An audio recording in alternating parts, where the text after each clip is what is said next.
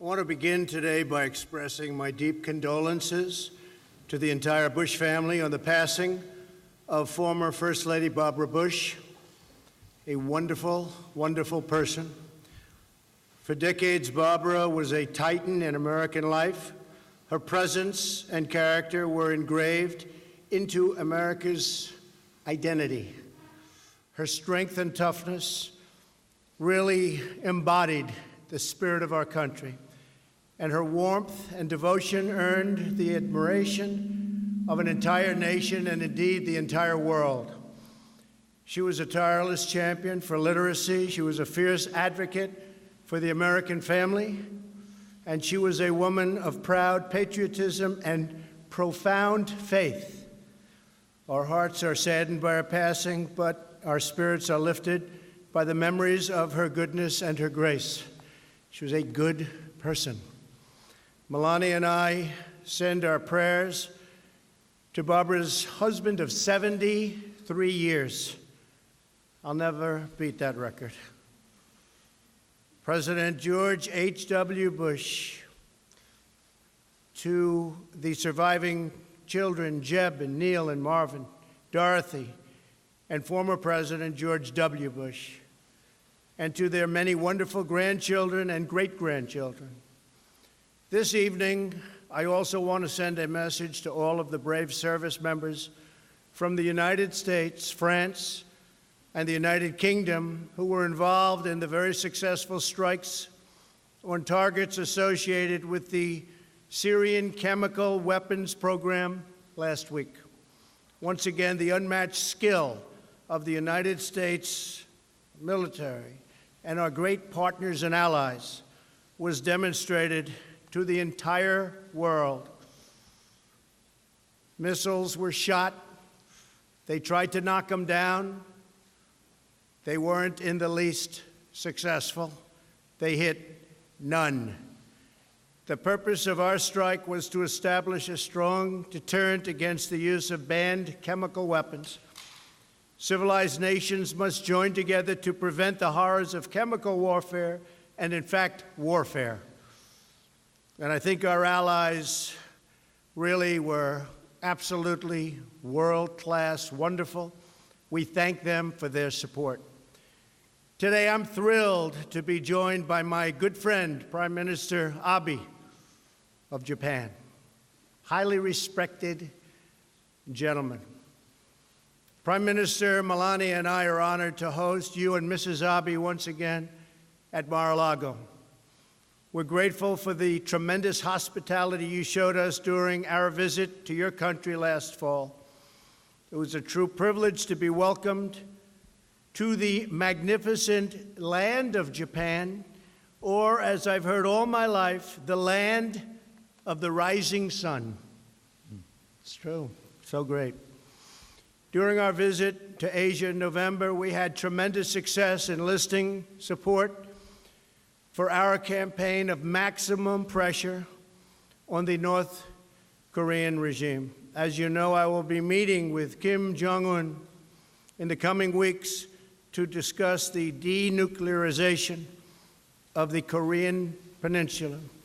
Hopefully, that meeting will be a great success, and we're looking forward to it.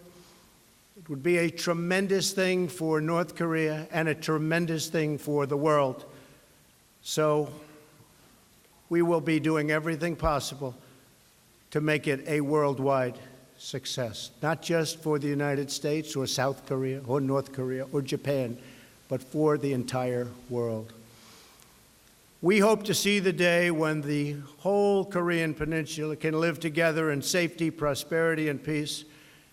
This is the destiny of the Korean people, who deserve and have gone through so much over the years. We hope it all works out. We'll be trying very hard. I want to thank the Prime Minister for his insight and support over the past year as we have pursued the dream of a peaceful, nuclear-free Korea. Shinzo, you have worked very hard along with us and all of our people, and we thank you very much. And we're with you. And you're a lot closer than we are, but we're working on this together. Okay, thank you very much. Your support has been critical to getting us to this important moment in time. It's a historic moment, and possibly beyond that, if it works out properly. Our discussions today reaffirm the close cooperation between the United States and Japan on the issue of North Korea and our common defense. We will not repeat the mistakes of previous administrations. Our campaign of maximum pressure will continue until North Korea denuclearizes. We have great respect for many aspects of what they're doing, but we have to get it together. We have to end nuclear weapons, ideally in all parts of the world. That would be a goal for all of us to hope for and to cherish. As I've said before, there is a bright path available to North Korea when it achieves denuclearization in a complete and verifiable and irreversible way. It will be a great day for them. It will be a great day for the world. During my visit to Japan last fall, I met with Japanese families who endured the terrible heartbreak of having their loved ones abducted by the North Korean regime. We want to see these families reunited as soon as possible. And I know for a fact that it's one of the truly most important things on Shinzo's mind. We talk about it often. It's so important to you. And we're going to do everything possible to have them brought back and bring them back to Japan. I gave you that promise. The United States also supports Japan's efforts to improve its defense capabilities, and we're exploring ways to expedite the sale of American military equipment to Japan through the Foreign Military Sales Program. We've stepped up our effort not only with respect to Japan but other allies, that when they order military equipment from us, we will get it taken care of and they will get their equipment rapidly. It would be, in some cases, years before orders would take place because of bureaucracy with Department of Defense, State Department. We are short-circuiting that. It's now going to be a matter of days. If they're our allies, we are going to help them get this very important, great military equipment. And nobody makes it like the United States. It's the best in the world by far. We're also working to improve our economic partnership by reducing our trade imbalance and removing barriers to U.S. exports. The United States is committed to free, fair, and reciprocal, very important word, trade. And we're committed to pursuing a bilateral trading relationship that benefits both of our great countries. Prime Minister Abe and I have agreed to intensify our trade and investment consultations. Ambassador Lighthizer, who is with us today, will take the lead for the United States. These past 2 days have been extremely productive. The friendship between Japan and the United States has never been closer. I truly believe it has never been closer than it is today. And the bonds between our people have never been stronger. In the months ahead, we will rely on this great friendship as we face an array of old challenges and new opportunities, and we will face them together. We will work closely on trade. We will do something having to do with the imbalance that frankly should have been done for years and years and years. Mr. Prime Minister, I want to thank you again for traveling to Mar-a-Lago for these important discussions and meetings. It's been a true honor to welcome you here and to work with you toward greater security, prosperity, and peace for our two truly great and wonderful nations. And thank you for being here, Shinzo. Thank you. Thank you very much.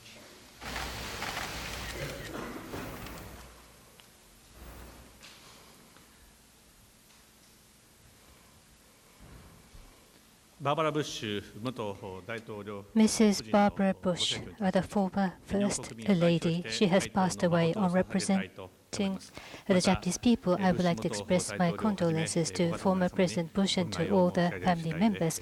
We express our heartfelt condolences. The infinitely blue sky, refreshing and soothing sea breeze. It was a great pleasure to be invited once again to this beautiful Mar-a-Lago and in a relaxed atmosphere to spend significant length of time with President Trump to engage in fruitful discussion in a frank and straightforward manner. About a year ago at this place, at the very moment I was at dinner with President Trump, North Korea dared to launch ballistic missiles. It is absolutely intolerable. Immediately after I had said so, President Trump stepped forward in front of the camera, though it was not planned, and made one following comment: the U.S. is with our ally Japan 100%. The President sent out a message of powerful commitment to the world. Donald, your words on that occasion is still deeply etched in my mind, together with my wonderful memory of my stay here in Mar-a-Lago. With one single comment, you demonstrated the superbly strong Japan-US alliance, which has a history of longer than half a century, and I once again express my deepest respect for your remarkable leadership. A year or so has passed since then. The situation surrounding North Korea, due to the decisive decision by President Trump on the first ever U.S.-North Korea summit, is at a historical turning point. The past mistakes should never be repeated. On this point, President Trump and I were in full agreement.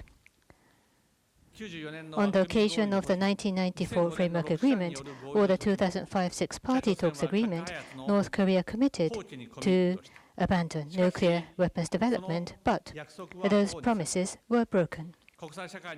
And the effort of the international community to engage in dialogue were all entirely exploited to buy time to develop nuclear weapons and missiles.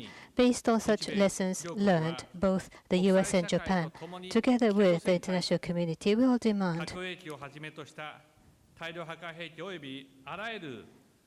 for all weapons of mass destruction and ballistic missiles, complete, verifiable, and irreversible dismantlement of weapons of mass destruction and ballistic missiles to North Korea.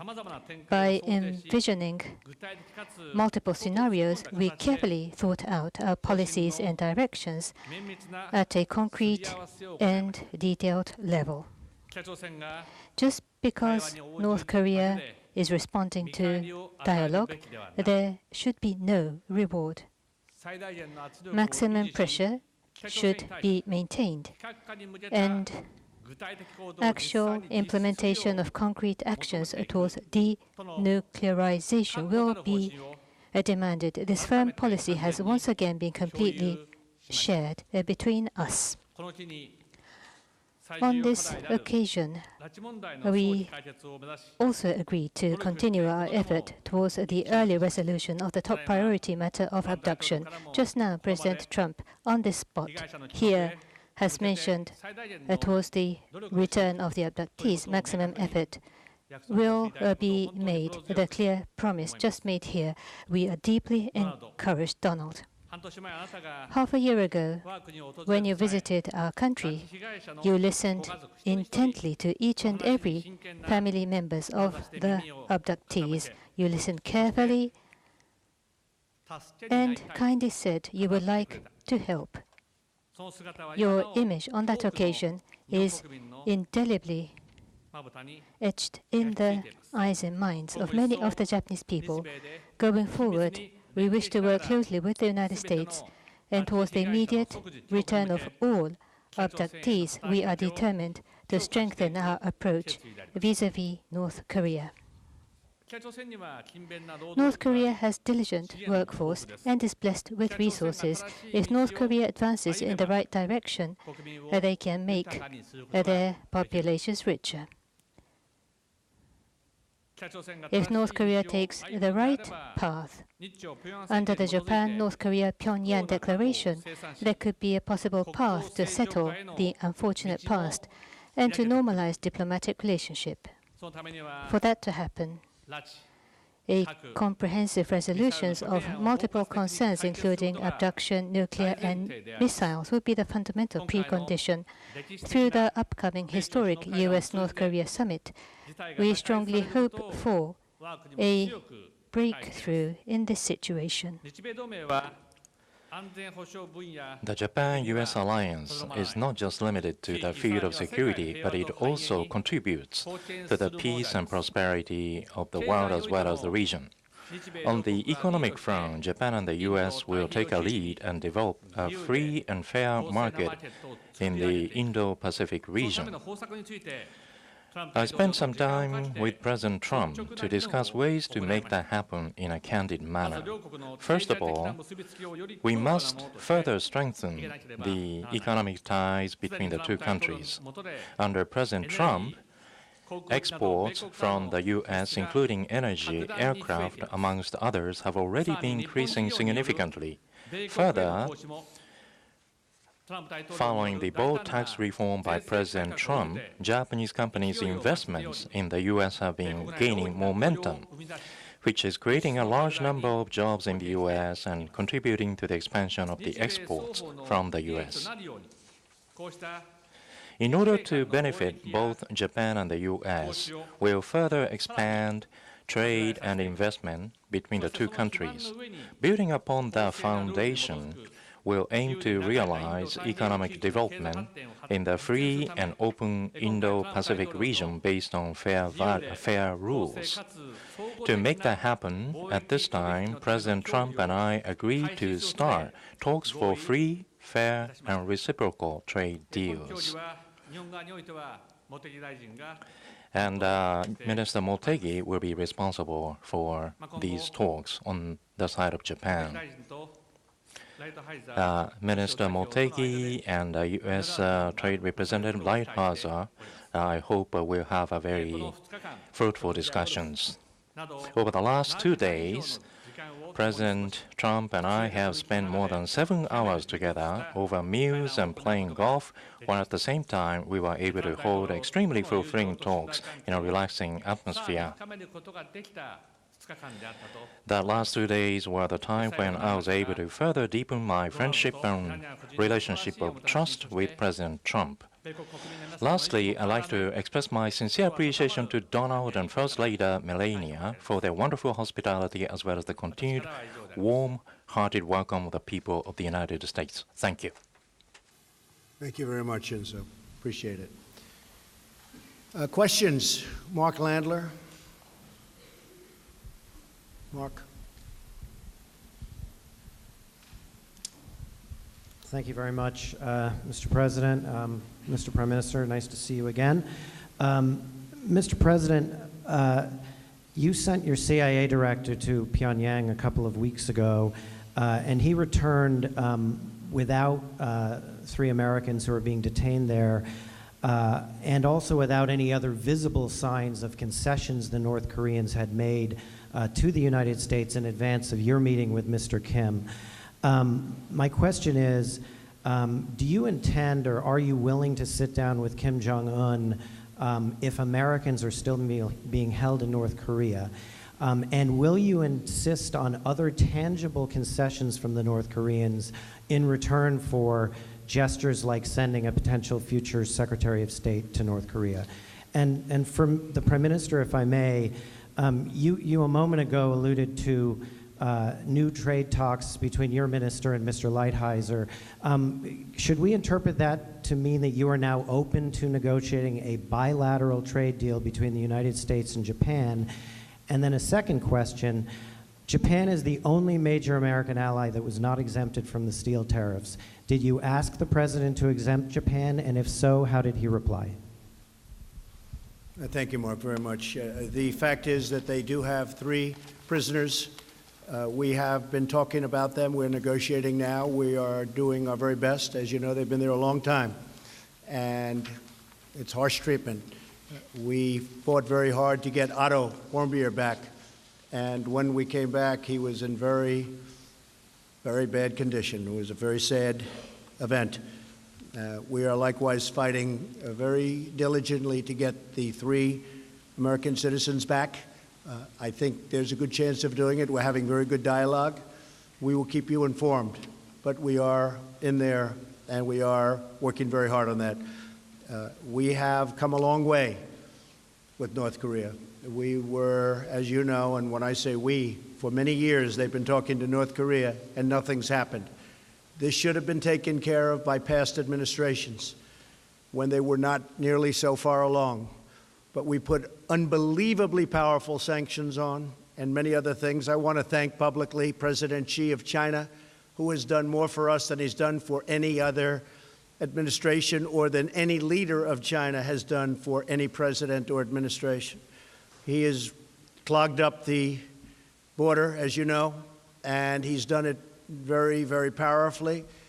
He would tell you himself that he never thought he would go to this extent, and I appreciate that very much, but it's put a lot of pressure on. As you know, 93% of the goods coming into North Korea come in from China, and President Xi understands that this is a very important set of months that are lying ahead. He doesn't want to see a Korea, North Korea, or any Korea that has nuclear weapons either. So he's also fighting for China when it comes to this. But he has been terrific. Can he be better? I always say, yes, he can be better. I said, President, you've been great. Can you be better? Yes. But he's been very good, and it's had a big impact, and what we've done has had a big impact. So we've never been in a position like this with that regime, whether it's father, grandfather, or son, and I hope to have a very successful meeting. If we don't think it's going to be successful, Mark, we won't have it. We won't have it. If I think that it's a meeting that is not going to be fruitful, we're not going to go. If the meeting, when I'm there, is not fruitful, I will respectfully leave the meeting, and we'll continue what we're doing or whatever it is that we'll continue, but something will happen. So I like always remaining flexible, and will remain flexible here. I've gotten it to this point. President Moon of South Korea was very generous when he said if it weren't for Donald Trump, the Olympics would have been a total failure.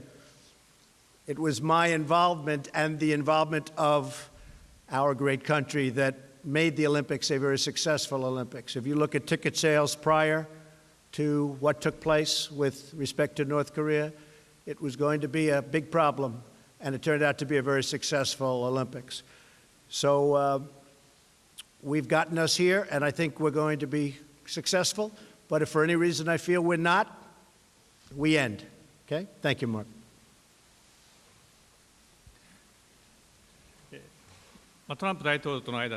Between President Trump and myself, for benefiting both Japan and the U.S., we have expanded the investment and trade. Based on that foundation, open and fair economic development in the Indo-Pacific region, we have agreed to start talks for free, fair, and reciprocal trade deals at this time. As for Section 232, Japanese steel and aluminum would not exert any negative influence on the U.S. security. Rather, it's our position that the quality of Japanese products is high. Many of those products are difficult to be replaced with, and they are greatly contributing to the U.S. industries and employment. So recognizing that, we'd like to continue to respond to this matter going forward. I will add that the 232 having to do with aluminum and steel tariffs, 30% in one case, 25% and 10% that it's got us to the bargaining table with many nations, and in other cases, they're paying. And it's billions of dollars coming into the coffers of the United States. So they've been actually very important. If you look at what we did with solar panels, where we put 30% tariffs on, we had 32 companies opened with pretty new plants because it's a relatively new industry. Of the 32 plants, 30 were closed and 2 were not doing well. Since putting the tariffs on, the 2 are doing very well. 7 or 8 are going to be opening, and a lot more will open. Same thing with washing machines. We were, believe it or not, having washing machines dumped all over the country. We put tariffs on, and we're now opening up and expanding companies that create and make, which is actually a very big business, washing machines and dryers. So the workers of our country know what's happening. We have companies moving up from Mexico, automobile companies, and they're building new plants in Michigan and Ohio and Pennsylvania and Kentucky and expanding their plants. A lot of things are happening. Our country is doing very, very well. So, and it's going to continue. It's going to continue. A lot of great momentum. If you look at any chart, the enthusiasm for business in our country is at an all-time high. And unemployment for African-American workers, for Hispanic workers, unemployment is at an all-time low. In history, in the history of our country, it's at the lowest point. If you look at unemployment for women, it's at an 18-year low. So we're very proud of our achievements. And starting now, as you see, over the last few weeks, the tax cuts are kicking in. And it's a beautiful thing to see. And people are spending money where they didn't have the money to spend previously. So we're very happy with that. Shinzo, please.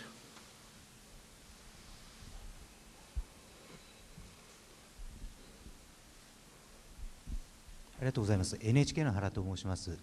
I'm Hara of NHK. I'd like to ask questions about how to handle North Korean issues. Prime Minister Abe, the coordination for holding a summit between the South Korea and North Korea, as well as between the U.S. and North Korea, is underway. There is a concern in Japan that Japan may be left behind. So how are you going to proceed with dialogue with North Korea? President Trump, you talked about the abduction issue. Are you going to consider the nuclear weapons disarmament the same level as abduction issue? Well, maybe I'll go first. Abduction is a very important issue for me because it's very important to your Prime Minister. I will tell you that we were having dinner last night, and he started talking about abduction and how horrible it was, and his level of enthusiasm was unbelievable. And I said to him right then and there last night at the table, I said, we will work very hard on that issue, and we will try and bring those folks back home. Very, very hard.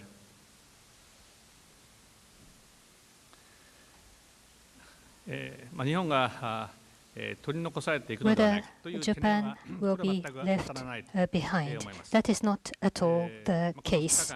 In the last 2 days, together with President Trump, we have spoken about North Korea. There will be the inter-Korean talks, and the U.S.-North Korea summit is planned. We have gone into really in-depth discussion about our policy and direction. We have reached agreement. Regarding the upcoming U.S.-North Korea summit, we hope that it will lead to the resolution of weapons of mass destruction, nuclear, missile, and of course, more than anything else, we hope it will be a historic summit that will lead to the resolution of abduction. And for that purpose, I have seriously and thoroughly discussed with President Trump, and we have fully agreed about our direction going forward, in particular regarding abduction. As Donald has explained, in our tete-a-tete, we have thoroughly discussed about this matter. Last year, the President met with the victims of the abduction as well as the family members, and the family's feelings have been strongly felt. And understood by the President, and he has given a very encouraging comment that he would appeal towards early resolution. I highly appreciate this encouraging comment. This gives us huge courage. A very encouraging comment, and for the families of the abductees, again, this is a massively, powerfully encouraging comment. And therefore, going forward between Japan and US, or between the trilateral of Japan, US, and South Korea, we will cooperate closely and do our utmost to resolve the issues of North Korea, including abduction nuclear missile. And we will be very loyal to Japan. Thank you. Jennifer Jacobs.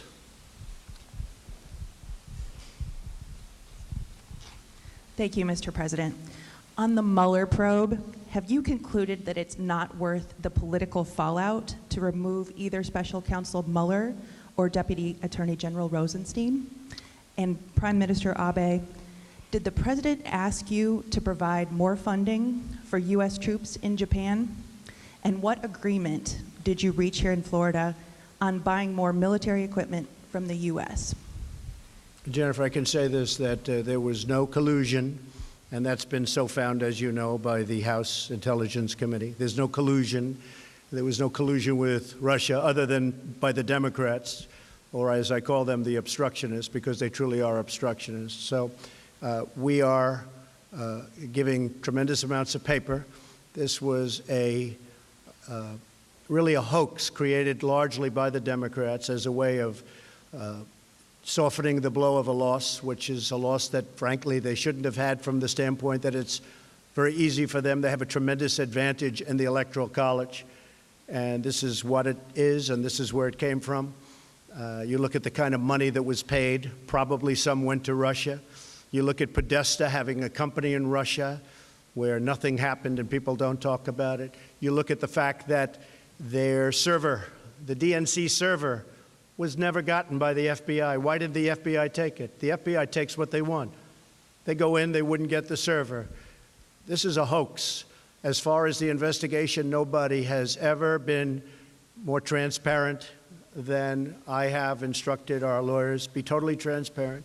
I believe we've given them 1.4 million pages of documents, if you can believe this, and haven't used, that I know of, or for the most part, presidential powers or privilege.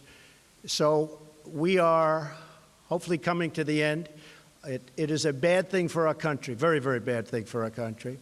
But there has been no collusion. They won't find any collusion. It doesn't exist.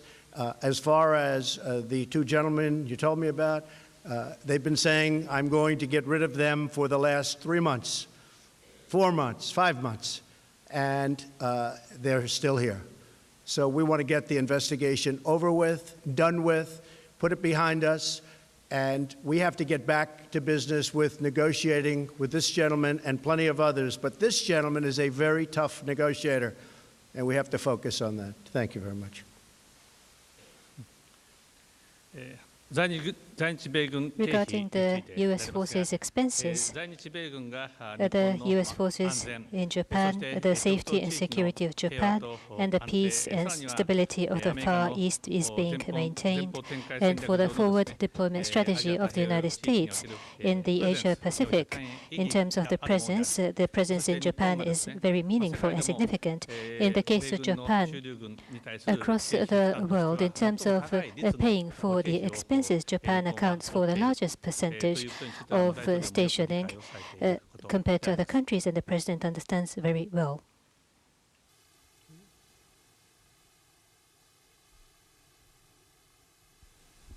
I'm Takita with the Sankei News. I have a question for President Trump. This is the follow-up question for 232. And so you don't have any intention to exempt Japan at this point in time, and President Trump and Prime Minister Abe, with regard to trade, you are going to establish new talks for trade. Is it going to be in the direction of FTA or TPP? So I'd like to hear the views from both of you. So this time between President Trump, talks for free, fair, and reciprocal trade deals to initiate that has been agreed. As for this talk, Minister Motegi and Ambassador Lighthizer, USTR, will be the representative, and Mr. Aso and Vice President Pence's U.S.-Japan economic dialogue, they will be receiving the report of these talks. As for these talks, so that it will be the interest of both of the countries, the investment and trade between the two countries will be expanded, and we are going to realize a free and open Indo-Pacific economic growth. So on the U.S. side, that they are interested in a bilateral deal, we are aware of that, but at any rate, our country's position is that TPP is the best for both of the countries, and based on that position, we shall be dealing with the talks. Thank you very much. The United States has a massive trade deficit with Japan. It's anywhere from $69 billion to $100 billion a year. That's massive by any standpoint. We are doing 232 on steel and aluminum. And if we can come to an arrangement on a new deal between the United States and Japan, that would certainly be something we would discuss, aluminum tariffs and steel tariffs. And I would look forward to being able to, at some point in the future, take them off. But right now we have a deficit that's a minimum of $69 billion a year. Japan sends us millions and millions of cars, and we tax them virtually not at all. And we don't send so much product because we have trade barriers and lots of other things. So these are the things that the Prime Minister and I are going to be discussing over the next short period of time. The media has not covered the TPP correctly. I don't want to go back into TPP, but if they offered us a deal that I can't refuse on behalf of the United States, I would do it. But I like bilateral better. I think it's better for our country. I think it's better for our workers. And I much would prefer a bilateral deal, a deal directly with Japan. We already have a deal with 6 of the 11 nations in the TPP. So we already have trade deals, and the others we can make very easily. They're all calling wanting to make a deal. But we think that's much better for us. So unless they offer us a deal that we cannot refuse, I would not go back into TPP. We'll see what happens. But in the meantime, we're negotiating, and what I really prefer is negotiating a one-on-one deal with Japan, and that's where we are right now. And I will say that the representatives who are sitting right here are extraordinarily competent and very tough, those representing Japan. And we will hopefully, in the not-too-distant future, have a very good deal, good for Japan and good for the United States. Okay? Thank you all very much. We appreciate it. Thank you. Thank you very much.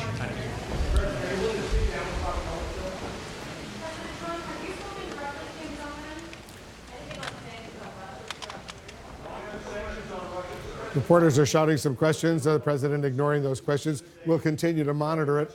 In fact, let's listen in. That is a question. There has been nobody tougher on Russia than President Donald Trump. Between building up the military, between creating tremendous, vast amounts of oil, we raised billions and billions of dollars extra in NATO. We had a very, very severe, we were talking about it a little while, fight in Syria recently, a month ago, between our troops and Russian troops, and that's very sad. But many people died in that fight. There has been nobody tougher than me. With the media, no matter what I did, it's never tough enough, because that's their narrative. But Russia will tell you there has been nobody tougher than Donald Trump. And then the other night, we had a strike in Syria, which was absolute precision. I leave it with this. With all of that said, if we can get along with China, and if we can get along with Russia, and if we can get along with Japan and other nations, that's a good thing, not a bad thing. Just remember that. If we got along with other nations, that's good, not bad. Thank you very much.